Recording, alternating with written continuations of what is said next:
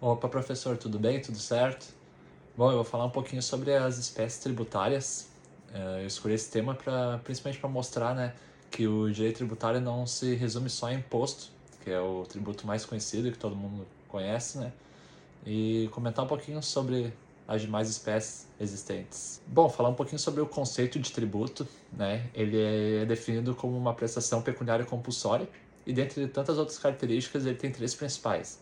A primeira é que ele não constitui sanção de ato ilícito, a segunda é que ele está instituído, né, em lei, e a terceira é que ele é cobrado mediante atividade administrativa plenamente vinculada.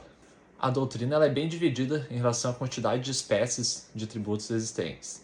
São três teorias. A primeira é a teoria da bipartite, onde ela fala que as únicas espécies de tributos existentes são o imposto e a taxa.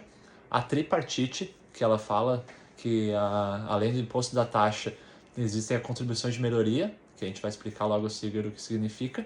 E a pentapartite, que além do imposto, da taxa e da contribuição de melhoria, ela também inclui o empréstimo compulsório e as contribuições especiais dentro das espécies de tributo. Bom, agora começando a falar um pouquinho sobre as espécies tributárias em si, a gente começa pelo imposto.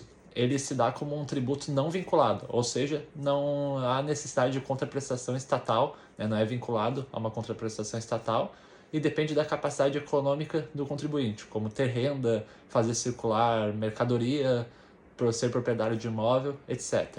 Já a taxa, ao contrário do tributo, ela necessita de uma contraprestação estatal.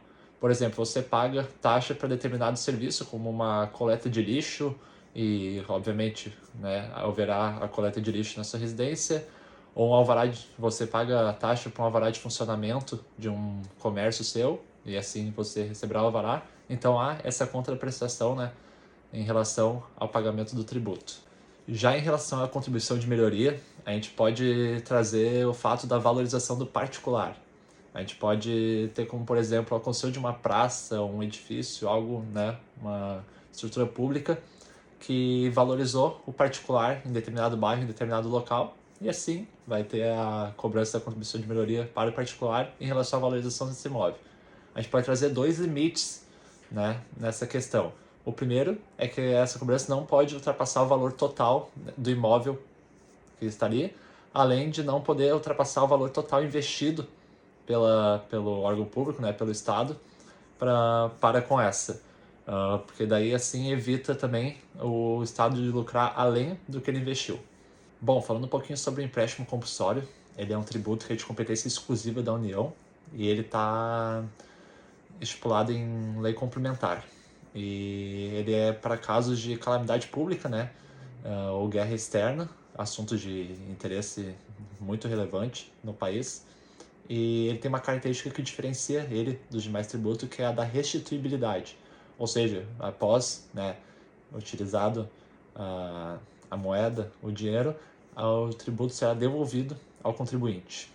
Por fim, a gente pode falar um pouquinho sobre as contribuições especiais, né, ou parafiscais, que são contribuições que financiam atividades do Estado na área social e de interesse de categorias profissionais. A gente pode citar aí, né, o maior exemplo, muito conhecido no Brasil, que é da Seguridade Social, como o INSS, que atinge só aquele determinado grupo que realiza a contribuição. Por fim, né, então, concluindo, a gente vê que o critério que distingue essas cinco espécies de produto não é necessariamente um nome do tributo, né, e sim o seu fato gerador e a destinação, né, do que ser arrecadado. Então isso é bom porque nos permite identificar quando um tributo estiver sendo cobrado de forma errada ou quando um cálculo seja incompatível, né, com a sua natureza, e assim facilitar uma maior educação em relação, né, a essa matéria que está presente no nosso dia a dia, certo? Valeu, professor, esse é o trabalho, espero que tenha sido bem explicado, e um abração para o senhor. Valeu!